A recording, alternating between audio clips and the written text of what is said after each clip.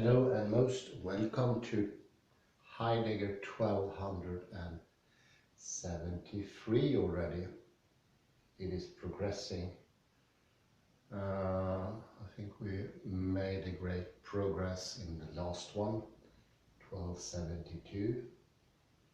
And I will continue the trodden path, at least for a while, and then I will parallel another text.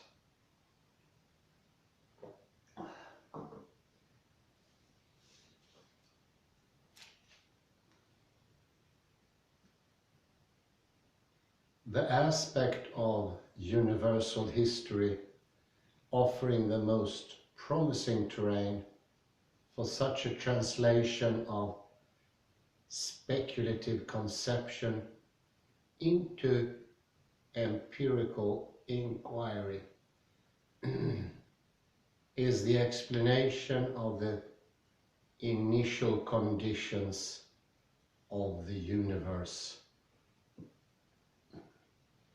I use the term initial conditions in this context to denote simply the facts of the matter about the very early universe without the baggage that the term carries in what we describe and criticize as the Newtonian paradigm. These conditions are so peculiar and yet so improbable by the standard of the range of variation observed in the subsequent universe that they baffle and cry out for explanation.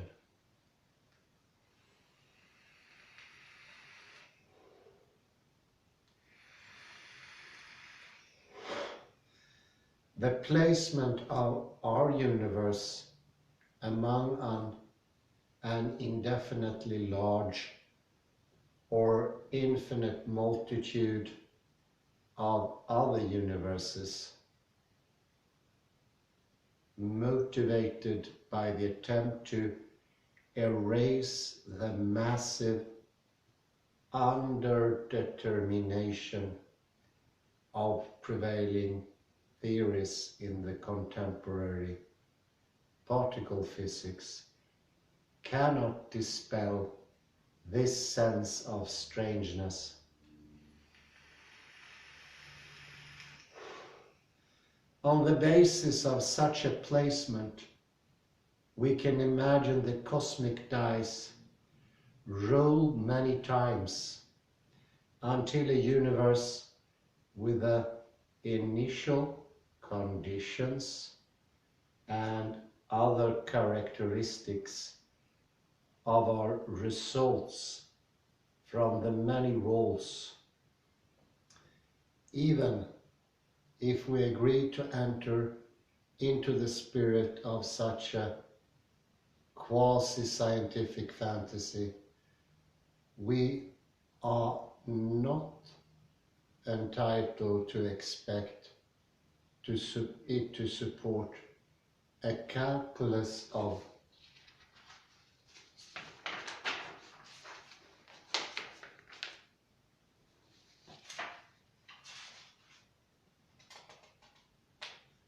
the interior of black holes that may share some of the traits of the very early universe.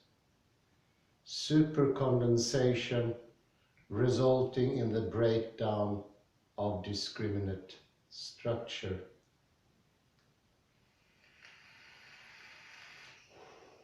Once again, the threshold requirement of openness to empirical inquiry is that the values of these phenomena stay this side of the boundary between the finite and the infinite.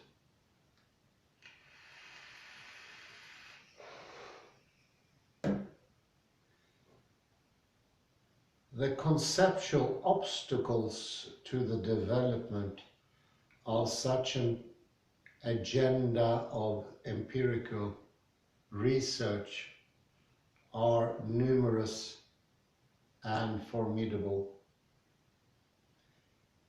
To overcome them by suggesting different points of departure for our thinking about fundamental problems in cosmology and physics is a major aim of this work.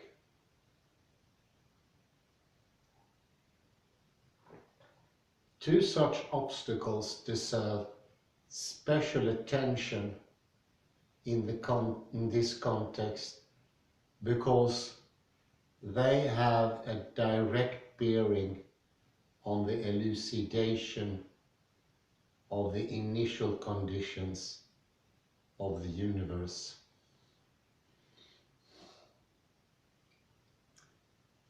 A first obstacle is the dangerous appeal of the runaway multiplication of universes under the thesis of plurality. Such a multiplication disposes of the mystery of the initial conditions by the false conversion of an explanatory failure into an explanatory achievement.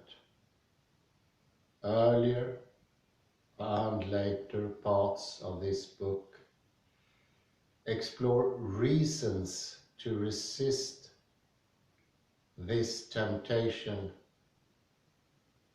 A second obstacle is the prestige lent by the dominant understandings of general relativity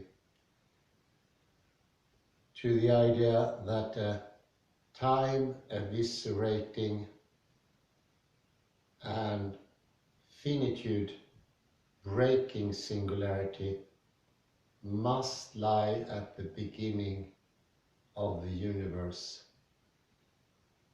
The Hawking-Penrose theorem, for example, states that any cosmological solution to the field equations of general relativity will have time-like geodesics that cannot be extended without limit into the past so long as certain conditions are fulfilled. Among these conditions are that the field equations of general relativity be universally applicable.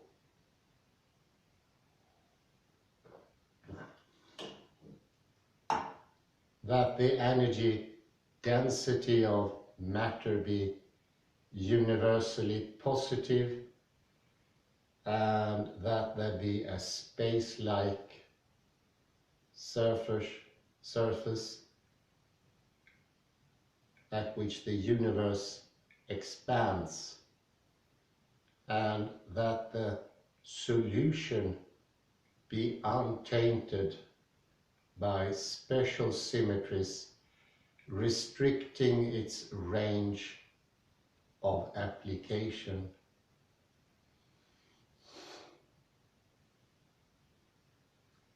At least since the work of De Witt and Wheeler, it has been argued that the consideration of quantum effects would eliminate the cosmological singularity.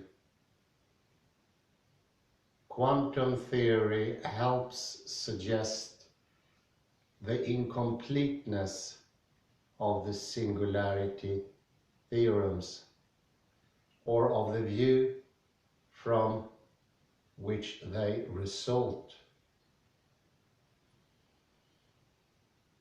However, it cannot itself supply a basis for a comprehensive view capable of elucidating the problem of the initial conditions of the universe. It is, by its nature and design, an account of patches of the universe lacking a cosmological vocation. If we have many other reasons to affirm the inclusive reality of time and to avoid the jump into the infinite, it may be wiser to regard the singularity theorems that have been inferred from general relativity as outcomes of a process often repeated in the history of science. The extension of a powerful theory beyond its proper realm of application.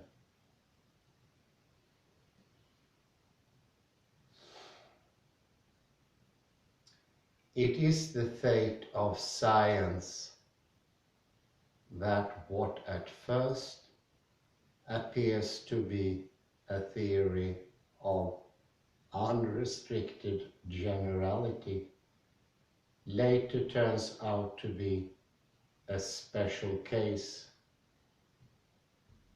a piece, an approximation, a variation of another understanding.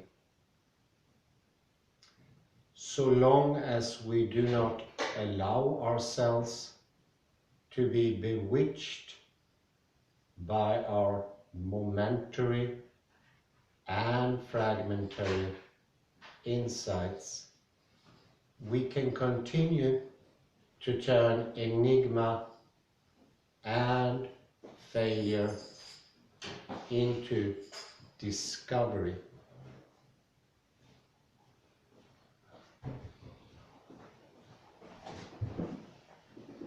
Implications of the inclusive reality of time for some fundamental ideas. The reality of time, far from being an empty platitude, is a revolutionary proposition. Radical acknowledgement of the reality of time undermines many of our conventional beliefs about nature, as well as some of the conceptual categories central to the work of scientists. A common characteristic of many of the ideas thus subverted is to equivocate about the reality of time, affirming it in some respects, but denying it in others. To explore some of these implications is further to elaborate the meaning of the reality of time.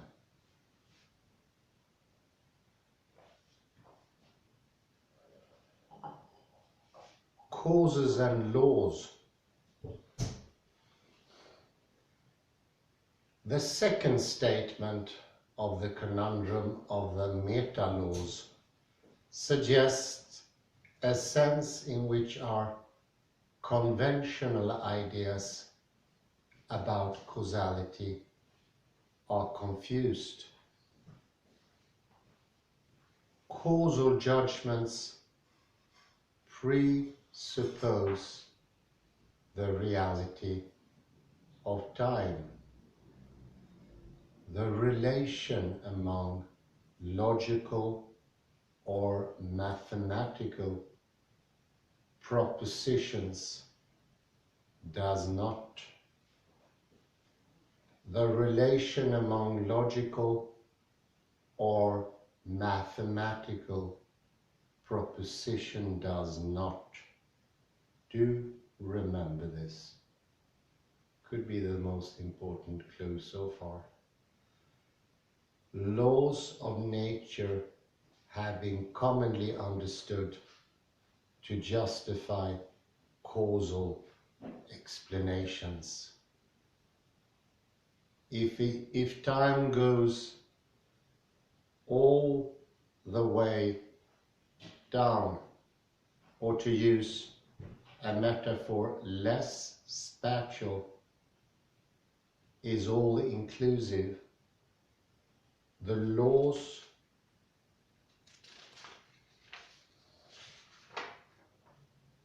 of nature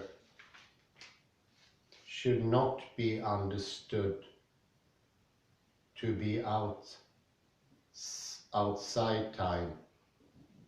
Laws of nature codify causal connections when such connections recur over discriminate structure,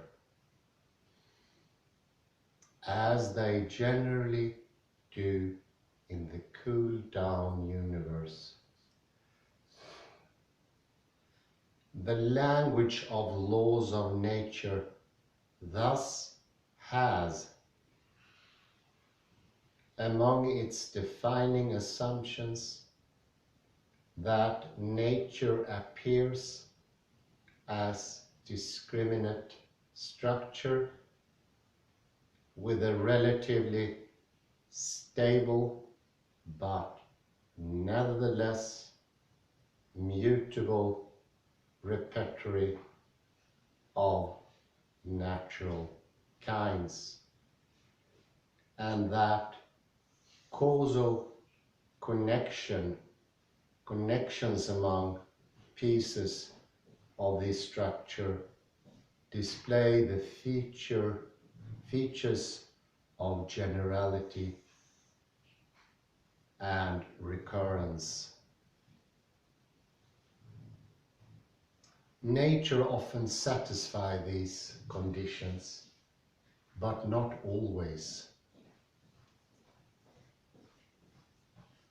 In this view, laws can change, as can symmetries and supposed constants, although some of them may change less readily than others. The stability and the mutability of the laws need not contradict each other once we place both in the setting of a natural history of the universe. It follows that we cannot hope to ground causality in a timeless and changeless foundation. Our causal explanations may then seem to be vitiated by the timeless and the mutability of the laws of nature. our conventional beliefs received into the inner sanctum of the dominant interpretations of the discoveries of science fudge the difference between the two horns of this dilemma. They grant the reality of time, but not to the point of allowing that the laws of nature are within time rather than outside it, and that they may therefore change. To accept this criticism of those conventional beliefs is to recognize the need to revise our view of causal explanation. Causal explanation is ordinarily both a hypothesis about the temporal connections among phenomena in the world and a conjecture about the regularities of nature.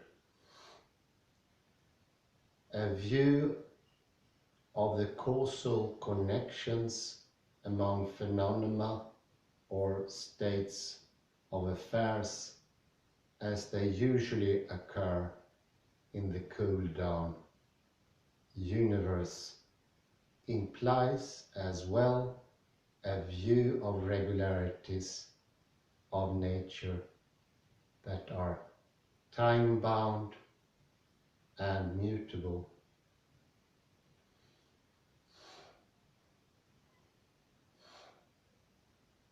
The regularities as well as the phenomena remain enveloped within a world of time and change. However, on the argument developed here, these two implications are not of the same order or on the same level. Causation always involves the force of sequence, the shaping of a before, on and after.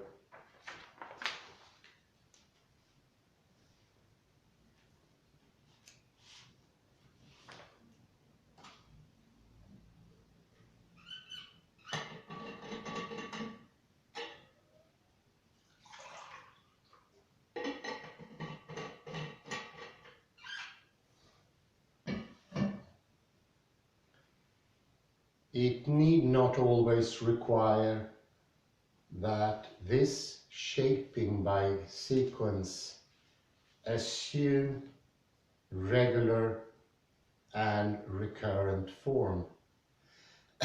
Causality may exist without laws in what I have called the second state of nature.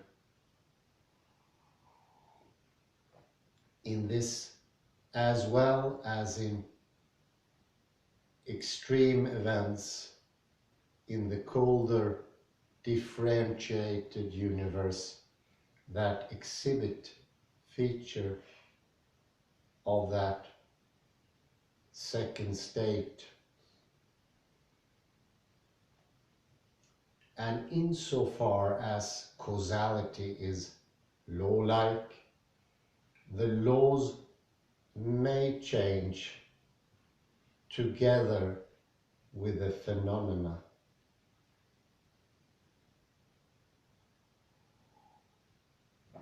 The limits the limit to generalizing explanation on the basis of laws and symmetries may come from nature rather than from our ideas. The conundrum of the meta-laws, at least in the form of its second and causality-related statement, is therefore not a true antinomy. In the practice of much ordinarily scientific explanation, we may disregard these constraints on law-like explanations resulting from both the mutability of the laws and the existence of causality without laws. We may disregard them because the regularities of the cool-down universe in which we find ourselves appear to be remarkably stable. However, the broader the scope and ambition of our theories, the more dangerous it becomes to disregard the historical character of causation and the priority of causal connections to the regularities that they exhibit in the established universe.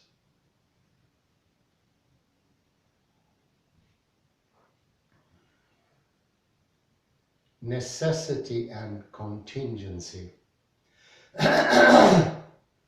The argument about the reality of time has implications as well for our ideas about necessity and contingency.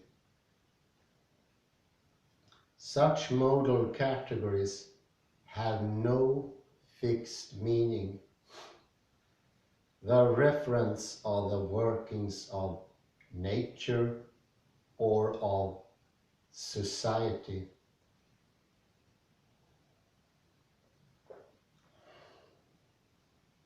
Among our ideas about the workings of nature, our cosmological ideas take pride of place because they deal with the universe as a whole.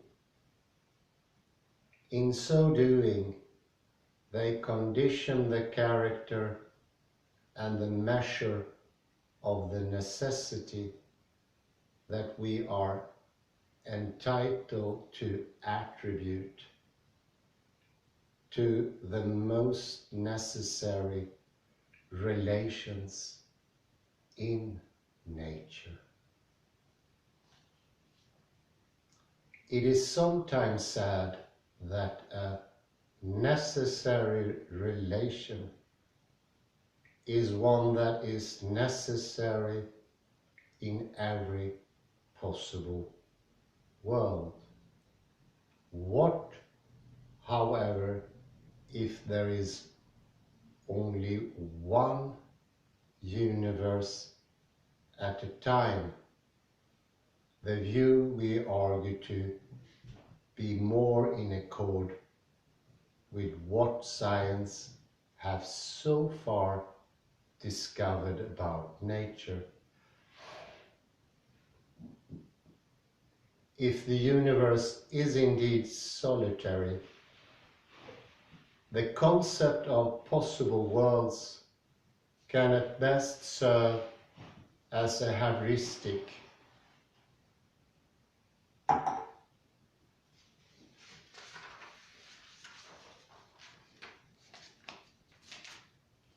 device by which to explore the accessible transformations of the universe in which we find ourselves, the changes that the universe might suffer given what it has become. It makes no sense under such a view to search for the attributes shared by imaginary worlds and to interpret them as the touchstone of necessity. Bravo, Roberto. Different views of the structure and history of the universe have distinct implications for our understanding of why nature works as it does or might work in other ways. Cosmology sets the outer horizon of our beliefs about natural necessity. We look in vain in mathematics for the bedrock of universal necessity.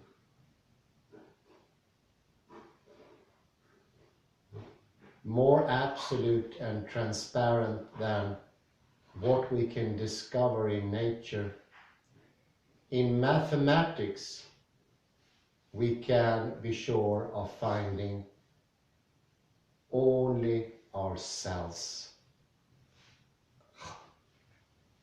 We can count on no pre-established harmony between our mathematical inventions and the facts of nature.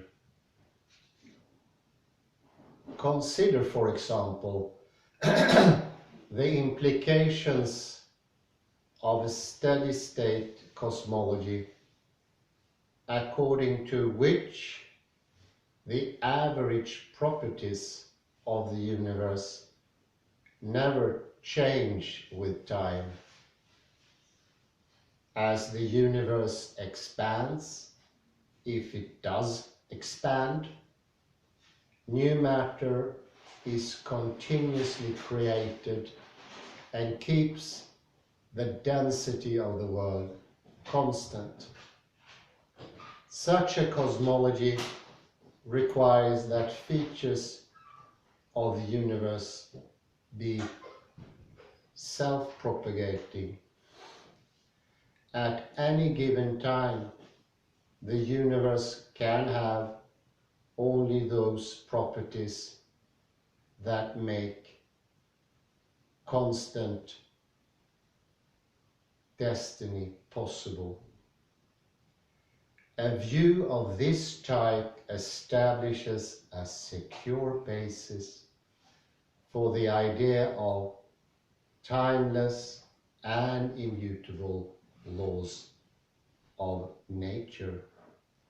However, it says nothing that goes to the question of why the universe must be so constituted as to possess the quality of self-propagation, or even why a very different kind of stuff from the stuff that in fact exists in the universe might not also possess this quality. The only useful way to expound the necessity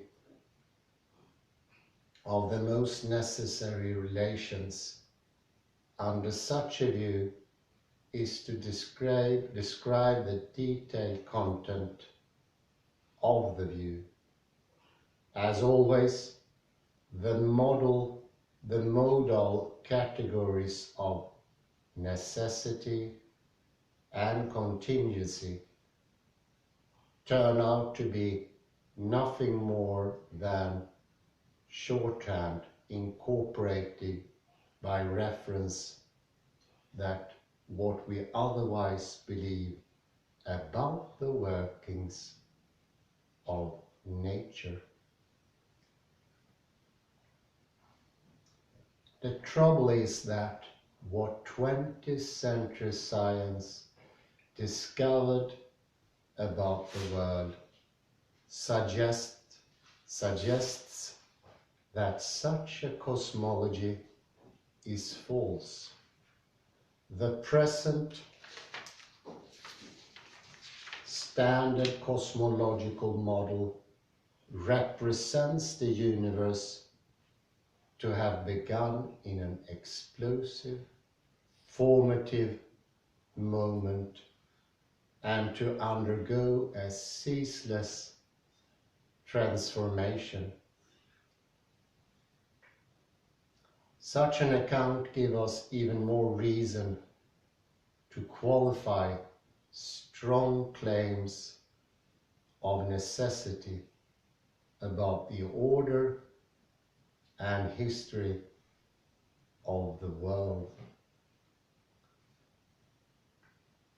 From its vantage point, we can describe the structure and evolution of the universe as necessary in some senses, as contingent in others. The sense of their necessity and of their contingency is just the sense implied by the details of our cosmological understanding. There is no issue of the necessity or contingency of natural processes that is separate from the explanatory direction taken by cosmology, with one important qualification.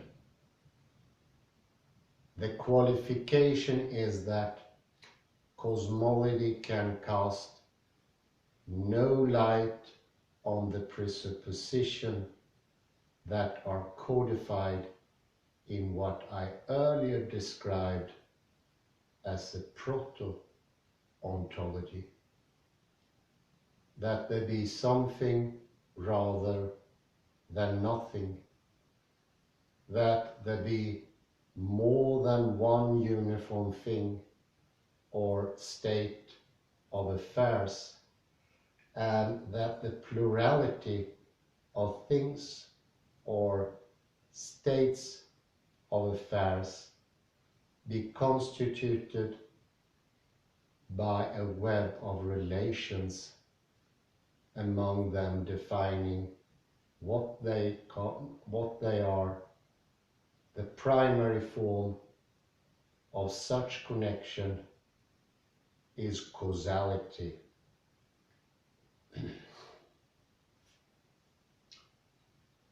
The assumptions of plurality and of connection entail that reality not take the form of a single uniform thing without internal differentiation and relating only to itself. We cannot imagine nature working in a way that fails to conform to these presuppositions without, by that very act, surrendering out our ability to investigate and to explain natural processes. However, it is not only our natural constitution that require us to accept these minimalist assumptions about nature.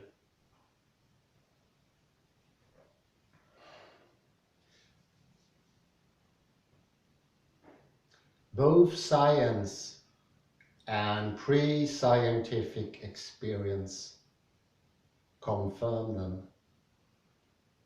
If ended, the world is so constituted that it always conforms to the postulates of reality, plurality and connection, regardless of our powers or infirmities.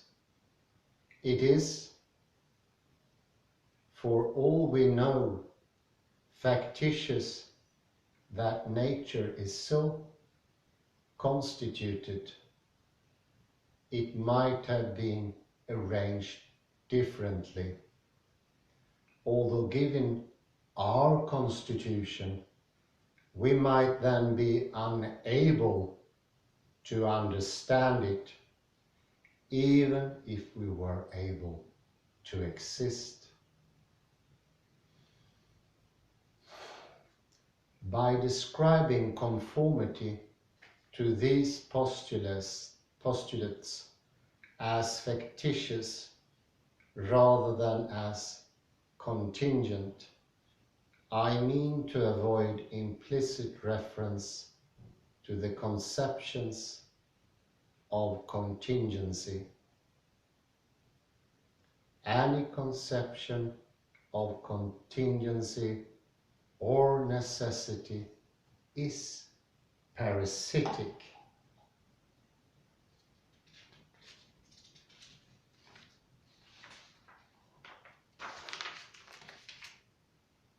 Parasitic on a particular understanding of how the nature works, or of the universe and its history.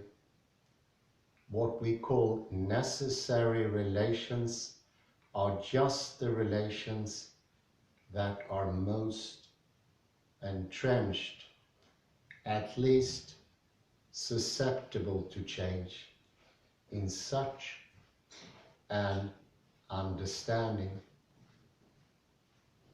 The universe just happens to be what it is. Once, however, we accept these presuppositions as unavoidable, all issues about necessity and contingency turn into questions concerning the content of our views, especially our cosmological views about the ways nature works. A version of the now standard cosmology that traces the origins of the universe to a singularity in which temperature, density and energy achieved infinite dimensions will be one in which the causal consequences reaches a point zero, beyond which we cannot look. It will be able to invoke processes of causal and statistical determinations, reaching back close to the origins of the universe. However, it will be powerless to represent either the antecedents of the singularity or the transformations that brought nature from infinite to finite values. and thus shaped a universe in which the laws of nature can begin to operate, no matter how aggressive it may be in its affirmation of the conformity of the laws of nature to timeless laws. It will find these laws tainted by a species of contingency resulting from this barrier to the operation of causality.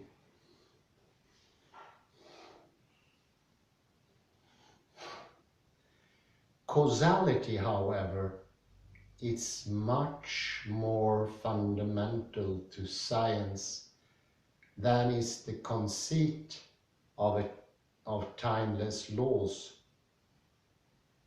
Physics can dispense with the latter, although at the cost of abandoning some of the metaphysical gloss to which it has become attached.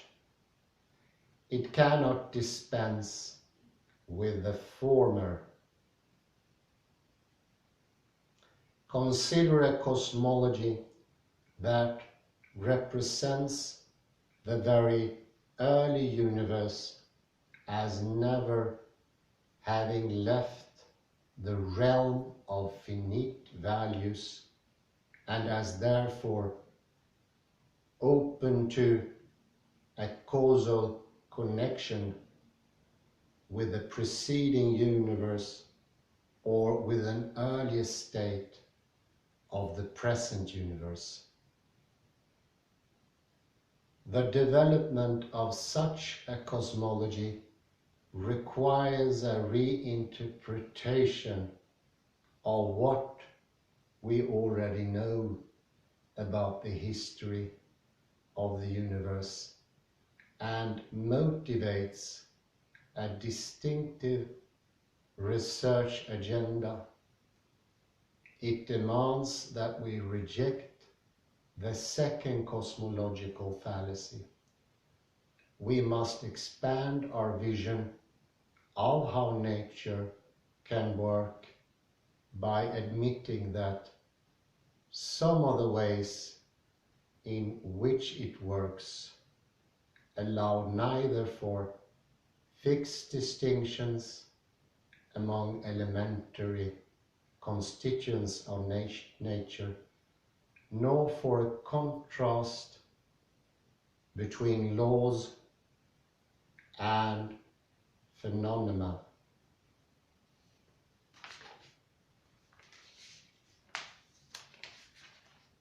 It radicalizes and generalizes the idea of natural history to the point of compelling us to admit of the laws of nature form part of this history and may therefore be susceptible to change.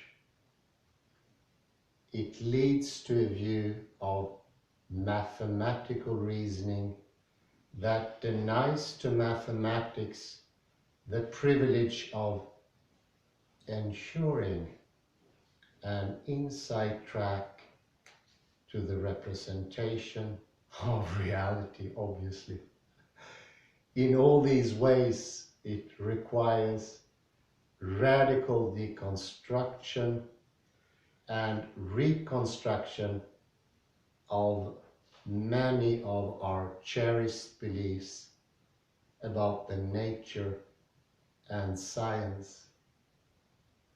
However, it need not deny or disregard the chain backward in time of empirical inquiry and causal reasoning.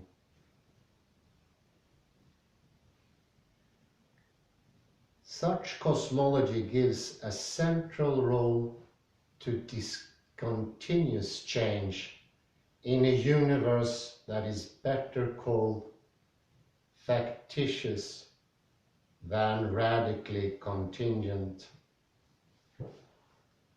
The advantage of the preferred term is its relative neutrality. The idea of radical contingency is tainted by the suggestion of a disappointment, the failure to live up to some predefined conception of necessity. To affirm radical contingency seems to be to make a broad claim about the world. In fact, it is to make a claim about the gap between the two ways of understanding the world. The one that we can defend and the one that some admire and influential approach to the world, such as the approach committed to the Newtonian paradigm and to Laplacian determinism or the block universe view today. And they would have us adopt the concept of necessity is context-bound and theory-related, so at least derivatively is the concept of contingency. To say that the universe is factitious means that it just happens to be the way that it is. For reasons only historical explanation, supplemented by structural explanation, can partly explain. Structure is ancillary to our history because it arises of history rather than the opposite. Historical explanation is irrevocably incomplete because it extends only to a variable but limited portion of both the past and the future. I think this is a good time to round off. It is just amazing. The sharpness of Roberto Unger is beyond belief. He is uncovering something that nobody told me about ever before. And he's opening up to the blockages that hindered me to understand great philosophies as that of Heraclitus, Heidegger, and also my understanding of quantum mechanics. It would have come to none if I never read Roberto Unger. It doesn't add to philosophy, it just takes away some obstacles. So everything will work as it did before, just a lot better. And I had to say exponentially better. The betterment is just beyond belief. We go from the present situation in intellectual life, that the development, the learning. I met a former co-student a couple of years ago. He was in excruciating pain. He could no longer digest food, and his composure, sunken in chest, which usually is called hen chest, have been progressively worse. Something, I'm quite certain, caused the disease. He had to go to the lavatory somewhere in between 24 times a day. Can you imagine? He learned how to block off reality, and he learned that thinking, which we now know it is not, is blocking oneself and imitating verbiage coming from others and not progressing, and I would say also even more sadly, having more and more fear in your system, because ultimately falling down on your knees and just accepting a worldview that you don't even have any knowledge of is the most perversive and encompassing type of slavery that can, to my point of view, ever exist. It doesn't really get any worse, because it's a slavery of both body and mind, and you're not even aware of it. And of course, this slavery has worsened because of Marxism and socialism. This is not the point Roberto Unger is doing in this paper, but he is doing it. Those things lines us to our own existence. And we start to think that this enormous lack that we feel because of the Newtonian paradigm needs to be put out by equality as confirmed by Marxist ideology, or equality, or liberation, or war even, violence. This complete lack, which takes away all imagination, because as Roberto Unger pointed out, there can be no imagination, can be no intellectual life whatsoever, can only be copying of the past, adding, subtracting. Can you imagine how limiting that is for a thinking soul? No wonder that nobody believes in the soul anymore. And my conclusions are not that of the Roberto Unger, but it shows that the human mind, if you prefer his terms, or the human soul, is immensely important and immensely huge, expansive. It has no limits, because the only limit we can infer is the idea that our reality is not ours. And that's the most stark obstacle to any understanding. And it will put you into fear, because the other day I took the liberty to film at a distance. They're still anonymous. People read in a lecture hall or study hall, and their old systems oozed of fear. The tensions that were there were fear, because it's being castigated into fear that makes you want to imitate the words of something more superior. And I think that superior doesn't have to be a person or an institution. It works through the persons and institutions.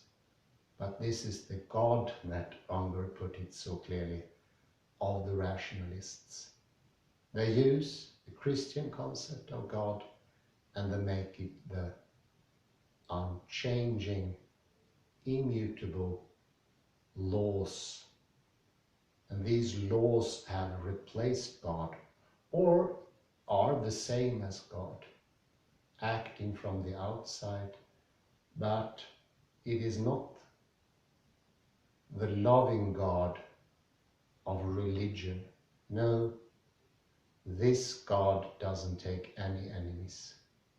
It cuts off all understanding, and it does so without you even knowing it. It is time that this false God be casted out of the system.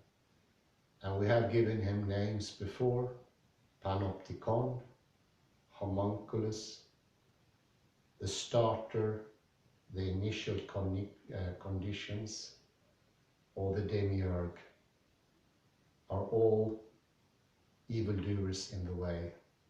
Any evildoer can do evil, not by hurting someone physically or mentally. They only hurt, and this is not only, this is massive. The hurt is to take away your soul, your life world, your all, everything that matters, everything that makes you a human being, and make you into something lower, and lower on the evolutionary scale, lower on the understanding scale, so low that you can even reflect where you are. Because reflection itself, as Robert A. pointed out, disappears in this. You don't know where you're standing. This is just pure gold. It is showing the way out of the box. And it needs to come from science, and from science it comes. I say thank you very much, and have a very pleasant afternoon. Another warm day. From the warmth comes the clouds, but they're still beautiful. Thank you very much.